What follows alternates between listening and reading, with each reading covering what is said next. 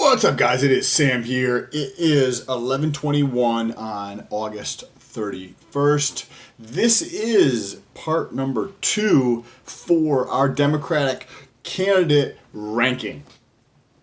And what I did is I took the top 10 for this next debate that's coming up in September, and I wanted to rank them on 7 different factors so we get a real ideal, accurate representation of what's going on versus, say, The Economist with U.gov getting 1,500 people to participate in a survey and saying that is representative. Why don't we use Google search volume for each one of these candidates to get an understanding of what the American public is actually thinking about? So we did that in our first video, so if you want to check that out, make sure you go back to the channel and check it out. Don't forget to subscribe. There's going to be multiple other series in this video, and then we're going to tie it all together in the end. So after tonight's video, which we cover YouTube search volume for each one of these characters, then we're going to jump over to their website and then take a look at how their website ranks in the US on a macro level, and look at some other statistics on their website before we jump into social media like Facebook, Twitter, and YouTube. And we're going to take a look at the growth rates of these channels, of these characters on this channel. And then after we have this done, we have this ultimate ranking represented by millions and millions of data points. We're going to go to donations. And that we can take a look at some interesting stuff with the percentage of small donors and who has the highest, and we can stack rank those. Once we get that overall average, I'll keep updating it, and maybe we can draw some conclusions or predictive things, whether that's about Andrew Yang and the way he's going to move up, or how the last couple people are falling off, or the trends in the data. So if any of that sounds interesting to you, make sure you press that subscribe button. I make a lot of videos like this. And why is search volume on YouTube the number 2 factor that we use in our analysis here? Well, because YouTube is the second largest website in terms of visitors, or in terms of popularity in the ranking on a global basis. Number 1 is Google. That's why we looked at that first. Number 2 is YouTube, and YouTube's owned by Google. So all of that data is there around people, what they're looking for. That's the second biggest site in the world, and we're getting the data straight from that site. So what are we getting from them? We're going to take a look at the 12-month, the 3-month, and the 1-month search volume for each one of the candidate hopefuls, right? We've got Pete, Andrew Yang, Kamala Harris, Amy something, Bernie Sanders, Joe Biden, Cory Booker, Elizabeth Warren, Beto O'Rourke or something, and Julian Castro. So we've got all of these people. We're going to take a look at the 12-month and see who has the most search volume down to see who has the least search volume. And the same thing at the 3 and the 1 month. And then to get the overall score, what we're going to take a look at is the average of those 3. But not just an equally weighted average. We are going to assume, and you can let me know if you do not agree with my assumption down below in the comments, but we're going to assume that the most recent 30 days worth of data is more relevant than the 12-month. I think we could probably agree on that. Not necessarily 100%, right? Because we would just use the 30-day as the only ranking.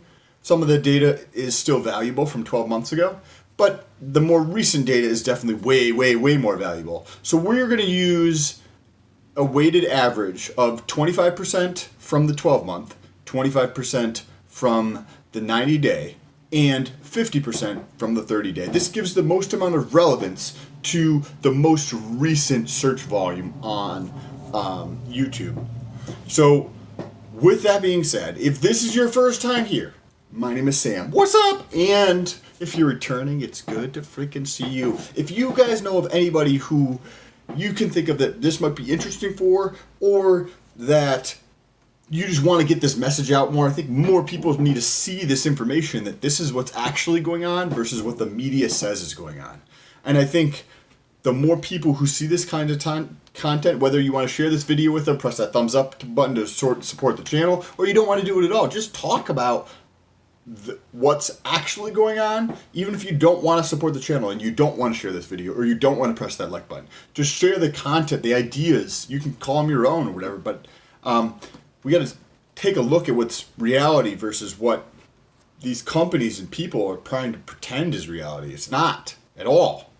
So let's take a look at the 12-month and then walk our way forward to the 3 and the 1 month, and we'll go through the rankings. We'll go through the first couple and the last couple, but first I want to tell you exactly how I structured it. So what I did, because in Google, in the Google Trends, under YouTube search volume, you can only put in 5 terms, but we have 10 players here, right? 10 different candidates for the debate coming up in September. So what I did is I broke them into 2 5 groups. But how did I decide which goes into which 5 groups? I used a random number generator with 1 through 10, and I took the first 5 digits and I put those up there. Those are the first 5 players that played against each other. The first 3 of those continued to the next round.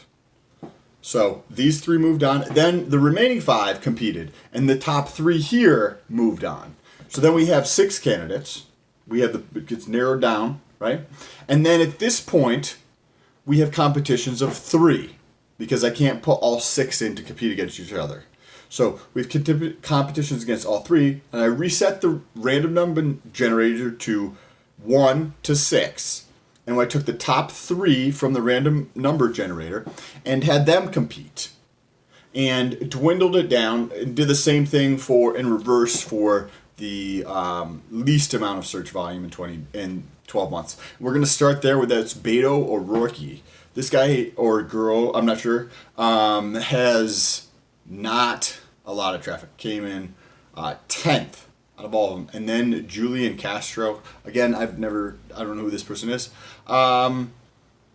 But which was kind of interesting, we'll jump through to the top of this list now. Number 1 in the past 12 months, which I probably could have just told you this because I've seen Bernie Sanders is the only one who's had a YouTube channel that I've seen for a substantial period of time. So your intuition would say that if somebody's playing a game for longer, they probably are better at it.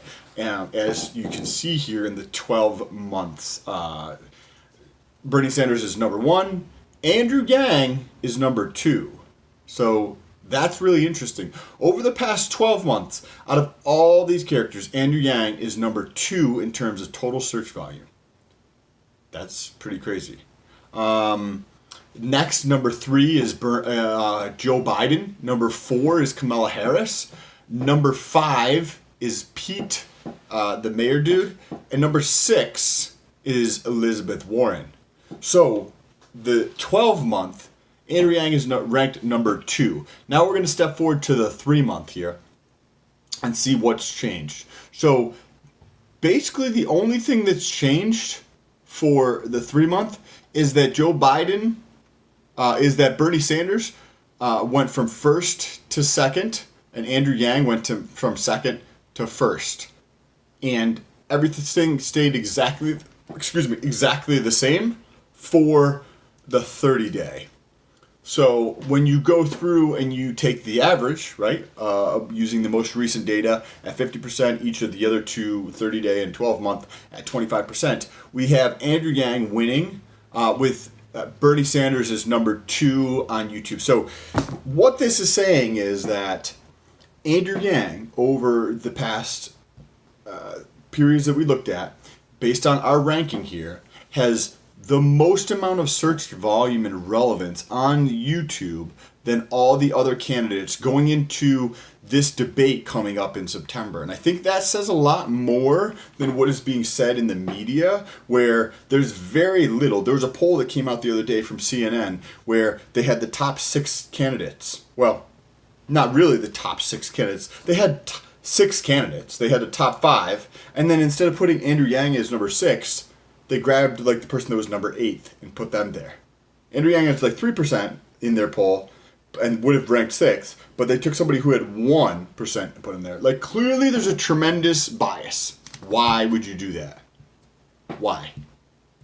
You know what I mean? Like, it just, there's a huge bias. So to be ranked on the Google in the top 5, I think it was. Go check out the video if you want to see how that is. That's a little bit more in depth than this one is. And to be number 1 on YouTube, the second biggest site in the entire world, to have more search volume on your name than anybody else in the field going into the number 2 debate. I think the tide is just starting to come in on Andrew Yang.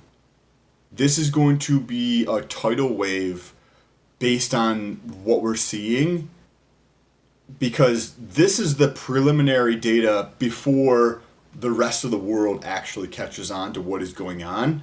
You're seeing it here first, that on Google he's ranking in the top 5. On YouTube he is number 1. And the next category we're going to take a look at is their website.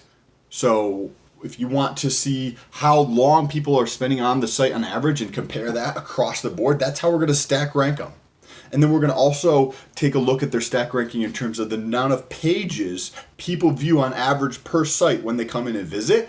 And then we're going to look at their ranking on a US-wide basis. Out of all sites in the US, where does their site rank? And we're going to list that and stack rank those. And then we're going to do the same thing where we take a weighted average, but we're going to take a weighted average giving the most prominence to the US ranking, right? But it might be something like 60%, 20%, 20%, because both of those other pieces are relevant. I just think that if the popularity of the site is greater, I think that has more relevance in the ranking because they're just going to get more search volume in general because of that ranking. So if you want to stay tuned for that video and all the other coming videos around this analysis and the overall accurate ranking that we're going to give these Democratic hopeful candidates, make sure you press that subscribe button. Share this video with somebody else. It really does help the channel out. And if you like the video, press that thumbs up button. It really helps with the YouTube SEO. Jump over to my Instagram if you guys have any questions or thoughts on what I'm doing. Jump over to Instagram. Appreciate you. Peace.